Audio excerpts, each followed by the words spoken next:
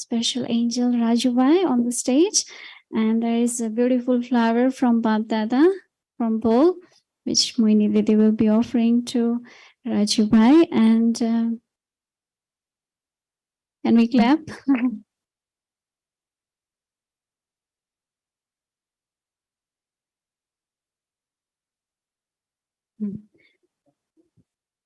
Om Shanti.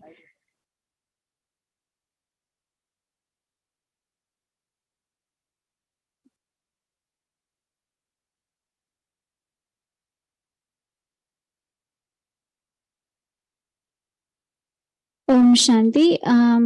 This is for Avyakti Parivar. So from now, the session will be in Hindi. So I request everyone, whoever needs translation in English, please go and select the language. Avyakti Parivar, select your language English. The session will be in Hindi. So are you all set? Om Shanti Rajubai जी, आपका बहुत बहुत स्वागत है. अब यहाँ देख रहे हैं स्क्रीन, ये अव्यक्ति परिवार है. इसमें 500 से भी ज्यादा बाबा के बच्चे बैठे हैं. लाइव जूम है और यूट्यूब भी लाइव चल रहा है, जिसमें 500 से भी ज्यादा बैठे हैं. और यहाँ पर तो है ही साकार में सामने आपके, जो सब आपको सुनने के लिए आतुर है. सभी हाँ, ये काफी देशों से हैं और अभी 8 लैंग्वेज में ट्रांसलेशन भी हो रहा है साथ साथ. सो हमारे राजू भाई जी बहुत स्पेशल है. बाबा की अनन्य रतन है. 1971 से बाबा के मधुबन घर में रहते हैं. और जो ये मुरली डिपार्टमेंट, इतना बड़ा मुरली डिपार्टमेंट है, उनके लिए बाबा ने उनको निमित्त बनाया है. तो उनको तो बहुत स्पेशल थैंक यू है हमारे सबके दिल से. उनके प्रति बहुत सारी ढेर सारी दुआएं हैं, जो हमें इतना अच्छी तरह से बाबा का खजाना हमारे तक पहुंचाते हैं. अभी हमारे अव्यक्ति परिवार में से हमारे एंजल्स आपका स्वागत करना चाहते हैं. पहले 1 मिनट. और यहाँ स्पीकर करिए वहां पे. हाँ, हमारे 2 एंजल्स हैं, आपका स्वागत करना चाहते हैं. ओम शांति राजू भाई, अव्यक्ति परिवार में आपका स्वागत है. मधुबन की खुशबू हम तक लाने के लिए बहुत बहुत शुक्रिया. शांति राजू भाई जी, अव्यक्ति परिवार में आपका बहुत बहुत स्वागत है. आपके जैसे ज्ञानी और योगी आत्मा को पाकर हम सब बहुत धन्य हो गए.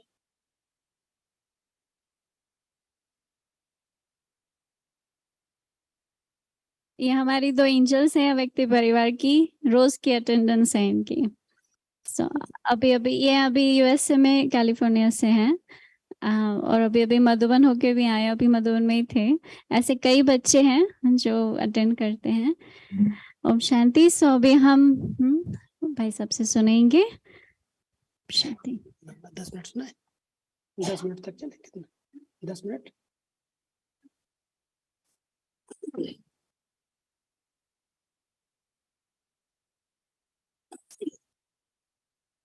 ओम शांति. अव्यक्ति परिवार का बहुत बहुत स्वागत और मुबारक है. मेरे पास ईमेल में भूमि बहन अव्यक्ति परिवार की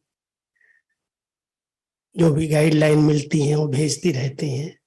मैं भी देखता हूँ, सुनता हूँ. और जब भी अव्यक्ति सारे 5-6 दिन पहले ही भूमि बहन का ईमेल आ जाता है कि जल्दी से भेजो, हमें तैयार करना है आगे का. अभी भी मैंने जब निकलने लगा तो मैंने कहा मैंने एडवांस में 2 महीने का कर लिया है. तो कहते मुझे पहले भेज दो. हमने कहा ठीक है, मैं भेजता हूँ. ड्रामानुसार मीठे बाबा ने ज्ञान रत्नों से खेलने का सौभाग्य दिया है. जैसे अभी दीदी कह रही थी, हमारी आदरणीय गुलजार दादी ने कुछ समय पहले जब वे बीमार थी, बॉम्बे में थी, तो मैं दादी जी से मिलने के लिए खास बॉम्बे गया था। उस समय दादी बहुत मीठी रूह रिहान भी करती थी, पार्ला सेंटर पर थी, 2008-9 की बात है ये। तो दादी ने मेरे को कहा कि राजू, कुछ एक मधुबन का एक ऐसा ग्रुप तैयार करो जो टोटल पॉजिटिव थिंकिंग करे, कुछ नया पुरुषार्थ करे, जिसको देख करके पूरा ब्राह्मण परिवार फॉलो करे। तो मैं वहां से प्रेरणा लेकर के आया और शांतिवन में मैंने अपने कुछ भाइयों को तैयार किया कि हम सभी आपस में मिलेंगे और मुरली के ऊपर ही विशेष रूह रिहान करेंगे। 7 दिन का हमने बहुत सुंदर प्रोग्राम, हर दिन का अलग प्रोग्राम बनाया, 1 घंटे का रोज मिलने का।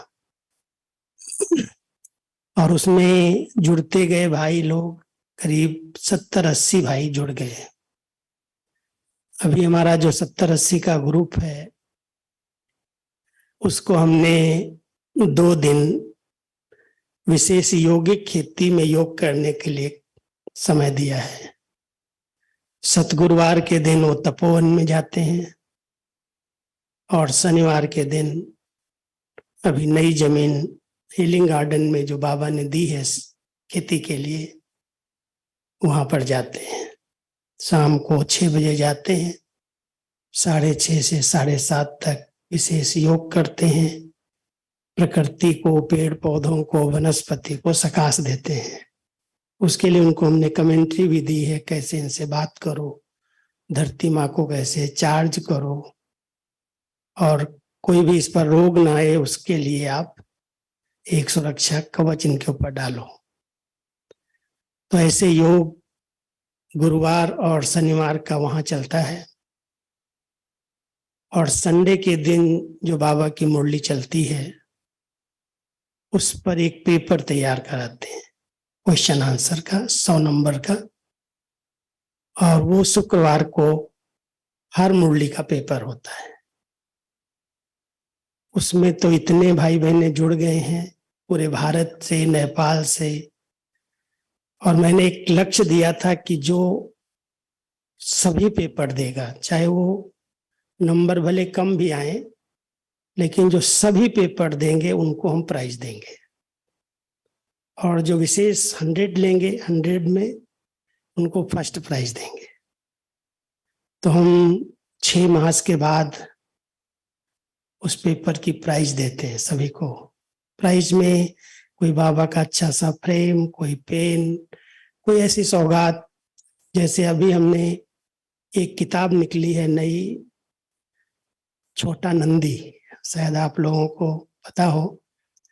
छोटा नंदी के नाम से एक बहुत सुंदर किताब बनी है, गुलजार दादी के साथ के अनुभव, हर एक के अनुभव हैं उसके अंदर। और वो छोटा नंदी की किताब जब मैंने खुद पढ़ी तो मुझे दादी जी की सब विशेषताएं याद आई, कैसे बाबा ने इनको अपना रथ बनाया, क्या क्या दादी की विशेषताएं थी। तो उस किताब को मैंने सबको गिफ्ट दिया, जो भी पेपर देने वाले थे। विदेश के भी, नेपाल के या अन्य देशों से, अन्य स्थानों के जब भाई बहने आते हैं तो उनके लिए भी स्पेशल पेपर की गिफ्ट होती है। तो संडे की मुरली का शुक्रवार को पेपर होता है। और विशेष सोमवार के दिन हमने ऐसा एक कक्ष योग के लिए अलग से रखा है, जो 7 बजे शाम को सभी को हाजिर होना, 6:30 से 7 के बीच में। और 7 से 8 कोई भी हिलेगा नहीं, सब ऐसा योग करेंगे जिसमें हम कमेंट्री नहीं देते, लेकिन 15 मिनट के बाद एक लक्ष्य दे देते। दादी जी ने हम सबको जब योग कराती थी सवेरे अमृत वेले, कई बार हम लोगों को 2 बजे उठाते थे कि 2 बजे से 5 बजे तक हम योग करेंगे, और उसमें दादी खुद बैठ करके हर आधा घंटे के बाद 1 मिनट, चलो अभी हम सूक्ष्म वतन में बाबा से मिलते हैं, चलो अभी हम सभी परम धाम के शांति धाम में बाबा की किरणें लेते हैं, ऐसे 2 शब्द बोल करके फिर योग कराते थे। तो इसी प्रकार से हमने लक्ष्य रखा है कि सोमवार के दिन, अभी तो उसमें बहनें भी जुड़ गई हैं, पहले भाई ही थे, तो 100-125 भाई बहनें एक साथ 1 घंटे का पावरफुल योग करते हैं। उसके बाद 10 मिनट थोड़ा हम जब होते हैं तो कुछ बोलते हैं उनको, और बाबा की मुरली के ऊपर कुछ अच्छी बातें सुनाते हैं। लेकिन ऐसे करके लक्ष्य रख करके कोई नया स्थान जैसे बनता है, नए स्थान पर कोई शुरुआत करनी होती है, तो हमारा लक्ष्य रहता है कि हम इनको उस स्थान पर शाम को ले जाएं और वहीं पर सोने की व्यवस्था करें। खा करके भोजन करके रात को जाते हैं और शाम को आधा घंटे उनके साथ रूह रिहान करके फिर वहीं सो जाते, और सवेरे 2 बजे से 5 बजे तक योग करते हैं। जैसे अभी तपोवन में एक भवन बना है, उस राजी भवन उसका नाम रखा है, तो उसमें 50-60 भाई बहनें रह सकते हैं। उसका उद्घाटन हुआ तो हमने योग से उद्घाटन उसका किया। हम सबको शाम को ले गए, वो चांदनी रात थी, पूर्णमासी की। उस पूर्णमासी की रात में पहले छत पर योग किया, फिर थोड़ा ठंडी बढ़ गई तो सवेरे 2 बजे से 5 बजे तक अंदर योग किया। ऐसे वैरायटी योग करने से, अलग अलग स्थानों पर करने से बहुत अच्छा सब में उमंग आया, और बहुत उमंग से सभी उसमें हिस्सा लेते हैं। तो ये एक ब्राह्मणों की उन्नति के लिए बहुत अच्छा साधन बना। और एक लक्ष्य रखा जो आज बाबा कल के उसमें कह रहे हैं व्यक्ति सारे में, कि कोई भी विघ्न, कोई भी परिस्थिति, कोई भी पेपर हो, क्यों क्या के प्रश्नों में नहीं जाना। क्योंकि गुलजार दादी कहती थी कि व्यर्थ की उत्पत्ति का मूल कारण है प्रश्नों में उलझना। क्यों, क्या, कब, कहाँ, कैसे। अगर इन प्रश्नों में आप चले गए तो कहती थी का करने वाला कौआ है। दादी बहुत प्यार से हम सबको सिखाती रही। तो कभी भी कोई भी प्रश्नों में उलझना नहीं है, क्योंकि ड्रामा में जो सीन आती है उसमें कुछ न कुछ कल्याण समाया होता है, कुछ सीखने को मिलता है। और बाबा ने कई बार ये दृश्य हम सबको दिखाए हैं कि अगर हम धैर्यवत रहते हैं, पेपर आएगा, सबके सामने आता है, कभी शरीर का आ जाता है, कभी कोई संस्कारों का भी आता है, कभी कोई संबंधों से आ जाता है, कभी प्रकृति से 5 तत्वों से आ जाता है। लेकिन पेपर के समय अगर हम तुरंत प्रश्नों में आ जाते हैं तो मन में बहुत हलचल पैदा हो जाती है, और उसका सही निर्णय हम नहीं कर पाते, क्या कैसे इसको पार किया जाए। तो बाबा हमेशा कहते हैं बच्चे कुछ समय, जैसे दादी जी, जानकी दादी जी लास्ट समय में आप लोग को याद होगा 5 गुणों पर बहुत ध्यान खिंचवाया। 5 गुण, और हर एक ब्राह्मण आत्मा को ये 5 गुण अपने जीवन में अपनाने हैं। उसमें सत्यता, पवित्रता, नम्रता, और फिर था धैर्यता, फिर मधुरता। तो जो धैर्यता का गुण है, धीरज, वो बहुत पेशेंस, बहुत शांति से, कोई बात आती है तुरंत एक्शन न लो, शांत हो जाओ। बात आई है उसका हल मिल जाएगा, बाबा साथ है, परिवार साथ है। लेकिन जब तुरंत कोई क्या हो गया, कैसे हो गया, मेरे साथ हुआ, तो उस प्रश्नों के कारण मन में जो हलचल होती है उससे ठीक निर्णय हम नहीं ले पाते, और जो विजय होनी चाहिए उसकी जगह पर कहीं ना कहीं फेल हो जाते हैं। तो दादी हमेशा कहती थी थोड़ा सोचो, समझो, धैर्यता से। हमने लास्ट में दादी को देखा, जानकी दादी जी को, कोई भी बात हम जाते थे पूछने के लिए, 2 ही बातें कहती थी। पहले कहती थी 1 मिनट साइलेंस, जवाब नहीं दे, 1 मिनट साइलेंस, बैठ जाओ ऐसे। फिर कहती थी डोंट थिंक, दादी डोंट थिंक प्रश्न है, बात आई है, इसका उत्तर तो देना होगा ना। डोंट थिंक मतलब उनके अंदर की ये जो धारणा थी, डोंट थिंक माना कोई भी जो बात हमारे काम की नहीं है, जिसका कोई हम उत्तर नहीं दे सकते हैं, उसको सोचना क्यों। तो दादी ऐसा पक्का कराती थी हम लोगों को। हम कहते दादी अच्छा इसका क्या उत्तर दूं, ये बात आई है, क्यों पत्रों का उत्तर तो मुझे देना है। दादी तो डोंट थिंक बोल दिया, लेकिन वो पूछने वाला हमसे पूछ रहा है कि कैसी बात है, क्या करना है, कैसे करना है। तो दादी कहती थी हमेशा पॉजिटिव उत्तर देना है, उसकी बात का उत्तर नहीं देना। बाबा क्या कहता है वो उत्तर देना है। उनकी जो अपनी निजी धारणाएं थी, कभी भी उन्होंने कहा कि वो बातें तो सब जगह होती है ना, कहाँ नहीं होती। इसलिए उन बातों में अगर चले जाओगे तो उसका बहुत विस्तार हो जाएगा। उसको लिखो, तुम बाबा को सच्चे दिल से अपनी बात सुनाओ और बाबा से शक्ति लो, बाबा से सकाश लो। बाबा आपको गाइड करेगा, हम गाइड करेंगे, उसमें कुछ ना कुछ मिक्स हो सकता है।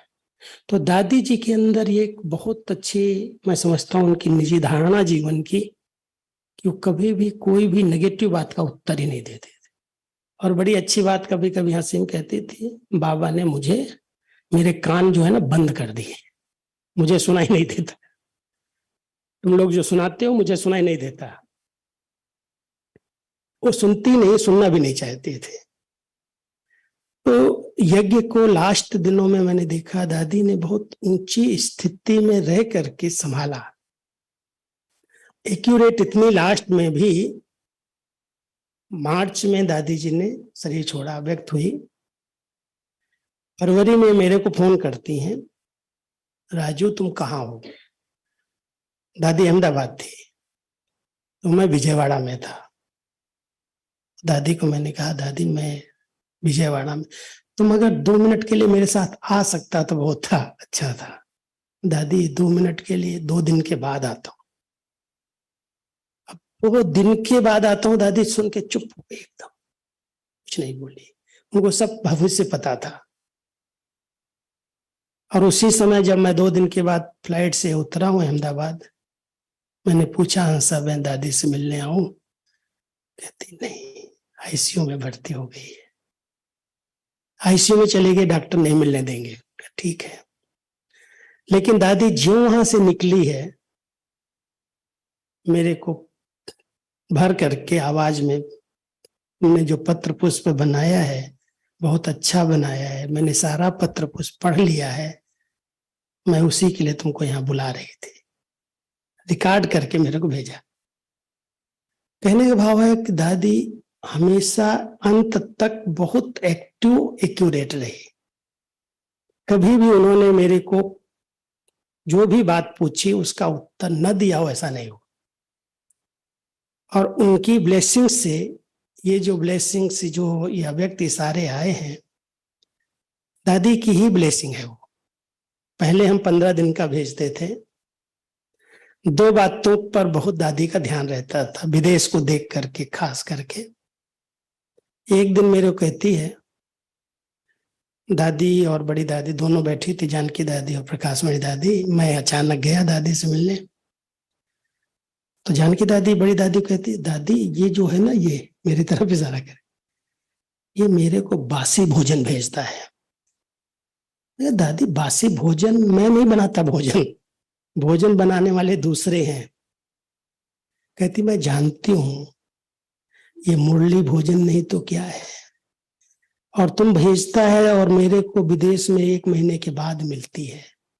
मधुबन में तुम आज सुनते हो और मैं 1 महीने के बाद सुनती हूँ, तो बासी नहीं हो गई क्या। तो दादी हमको कहती, बड़ी दादी, राजू कुछ तो करो, भाई बासी भोजन क्यों भेजता है। मुरली तो पहले से तुम्हारे पास है, रिवाइज ही हो रही हैं, तो ऐसा करो पहले से तैयारी करो। अब पहले से पूरे विश्व को देख करके, भाई आज अर्जेंटीना में कोई बाबा का बच्चा है, या कोई एक बिल्कुल गांव में बैठा जहां कोई कनेक्शन नहीं, पोस्ट का कनेक्शन नहीं है, ईमेल नहीं है, सबको साथ लेके चलना। आज 10-12 हजार का परिवार, यही मैं समझता हूं अपना एक ईश्वरीय विश्वविद्यालय है। चाहे कितनी अच्छी संस्थाएं दूसरी हैं, लेकिन एक जैसी पढ़ाई, एक जैसा अभ्यास, एक जैसी ब्लेसिंग्स कहीं भी सब लोग पढ़ रहे हो।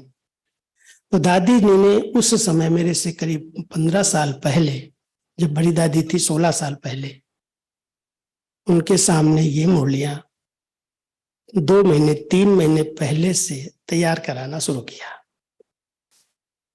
अब 3 महीने पहले बनाना माना हमको बहुत कुछ ध्यान देना पड़ता है। कोई त्योहार आ गया, मैं भूल गया, या गुरुवार की मुरली शुक्रवार को रिपीट हो गई और बाबा उस मुरली में कह दे आज शुक्रवार नहीं आज गुरुवार है, तो बहुत अटेंशन देना पड़ता है।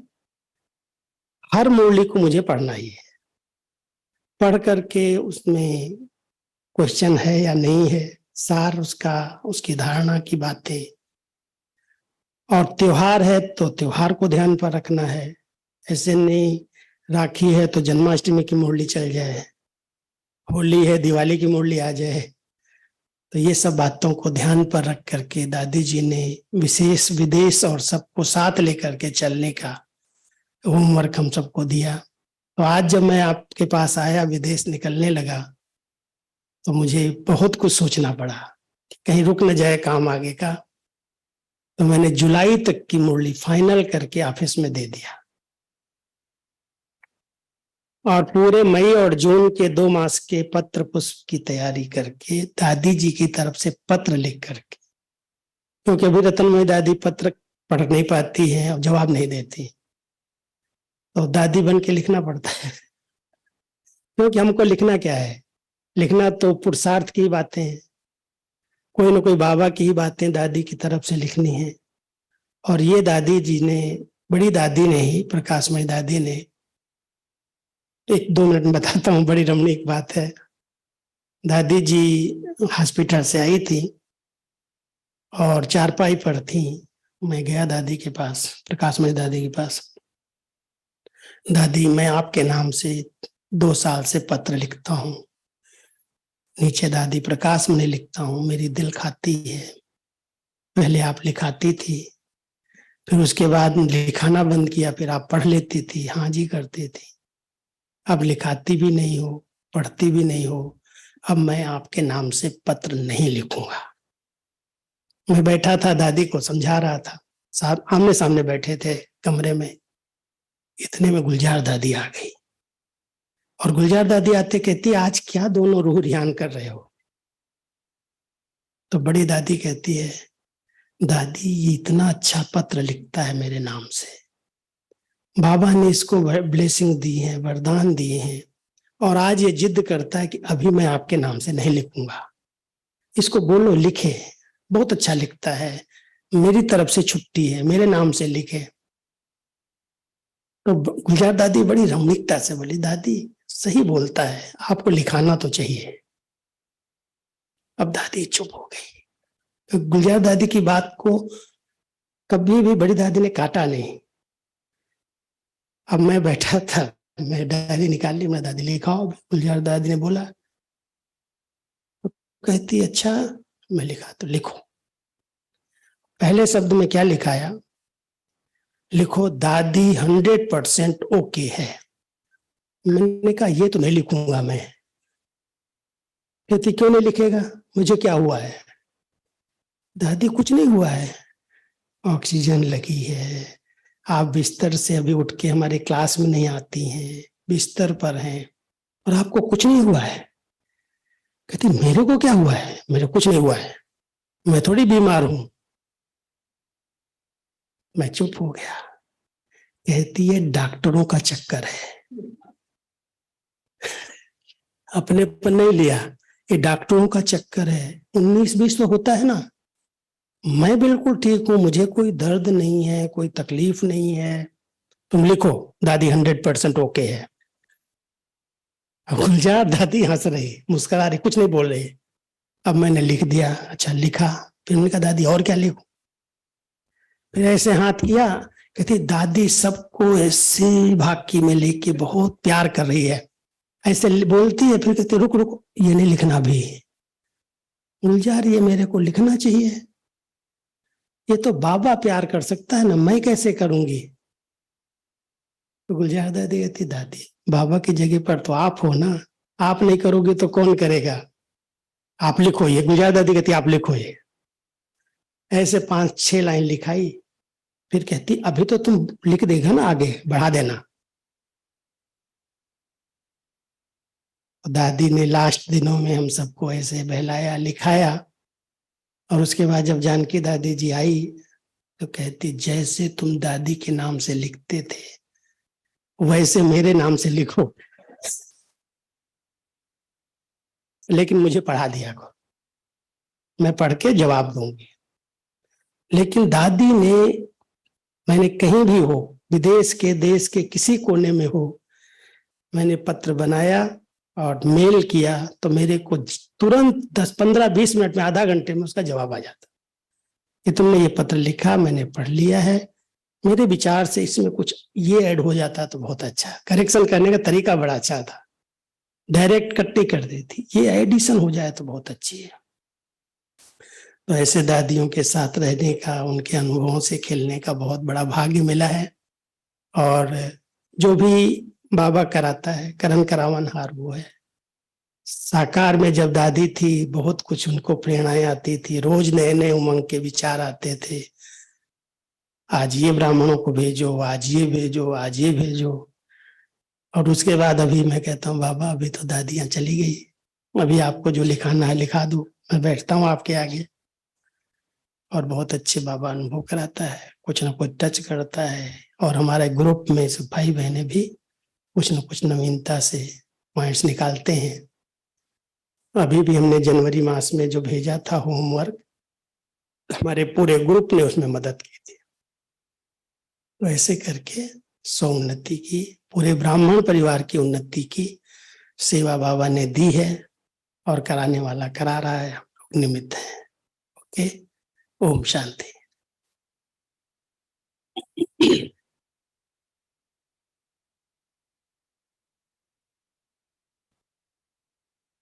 ओम शांति। थैंक यू वेरी मच भाई साहब, बहुत बहुत सुंदर अनुभव सुना है, ऐसा लग रहा है हम आपको सुनते ही रहे। सो अव्यक्ति परिवार को दूसरा चांस जरूर मिलना चाहिए, तो देखते हैं कौन सा दिन। लेकिन बहुत अच्छा लगा, बहुत सारे भाई बहन बैठे हैं। तो अभी हम जनरली मुरली पढ़ते हैं रोज 2-4 पेज 1969 से लेकर के, तो वो थोड़ा करेंगे और फिर बाबा को याद करेंगे। Om Shanti. Before we close with Baba's remembrance, we would like to share blessing from अव्यक्ति परिवार to राजूभाई जी। आपके लिए blessing है एक अव्यक्ति परिवार की तरफ से। भाई साहब, आप सादगी और ईमानदारी के महामंत्र द्वारा सबके दिलों की सच्ची दुआएं प्राप्त करने वाले, हर एक आत्मा का कल्याण सोचने वाले, सदा सबके प्रति शुभ भावना रखने वाले, चमकते हुए हीरे समान बाबा के एक अमूल्य रतन है। शांति।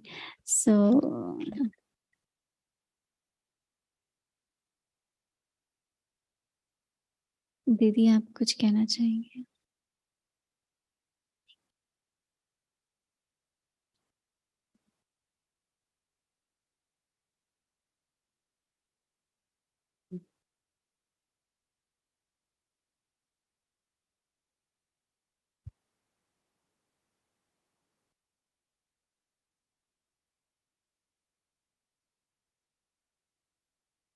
दादी जानकी कहती थी care for each other, share with each other and inspire each other. तो स्पिरिचुअल केयर मुरलियों के द्वारा ही होती है, और ज्ञान रत्न अपने अनुभव शेयर करना और दूसरों को इंस्पायर करना। तो राजू भाई ने यही किया ना, राइट।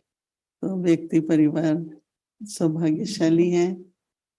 राजू भाई की आपने अनुभव सुने और आज दोपहर को भी ज़ूम ऑन था, ऐसे मैंने भी पूरे अनुभव सुने इनके, इसलिए बहुत बहुत थैंक्स, आप आए, बहुत अच्छा लग रहा है। Om Shanti, Avyakti Parivar. So, as you all know that there is Madhuban retreat here in Peace Village and there are many sessions being held. So, we'll try to project those in Avyakti Parivar as well, but we'll send you out the email with the timetable. Thank you. And now let's remember Baba and take Drishti from Baisab and Didi. This announcement for all Peace Village who are here. In the end, you will get the Tulian blessing. And Avyakti Parivar, you will get in subtle form. At least you will be able to see.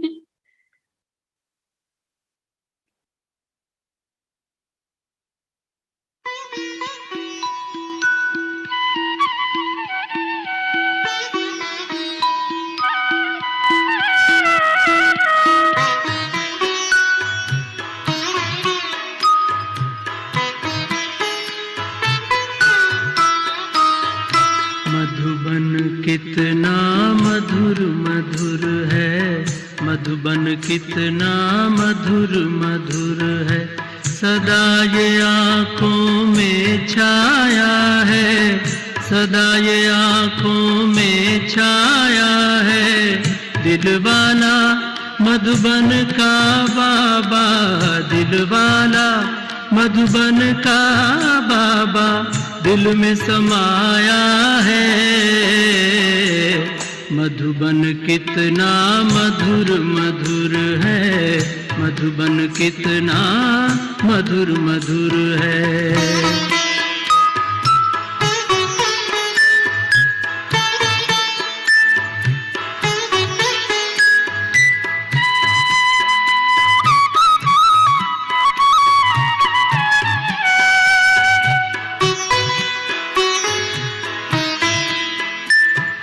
परम पिता शिव रोज यहाँ आकर ब्रह्मा के तन में, परम पिता शिव रोज यहाँ आकर ब्रह्मा के तन में, मुरली की मीठी मीठी तान सुनाते, मुरली की मीठी तान सुनाते, नैनों से छलका सागर का प्यार, नैनों से छलका सागर का प्यार, भूलता है नित्य नया रंग, भूलता है नित्य नया रंग, बच्चों के जीवन में दिलवाला मधुबन का बाबा, दिलवाला मधुबन का बाबा दिल में समाया है। मधुबन कितना मधुर मधुर है, मधुबन कितना मधुर मधुर है।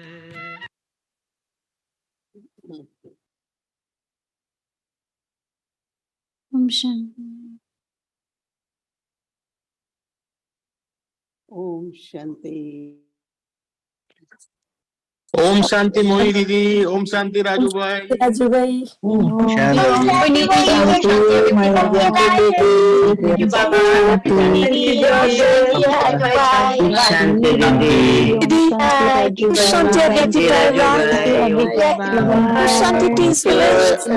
शांति राजू भाई,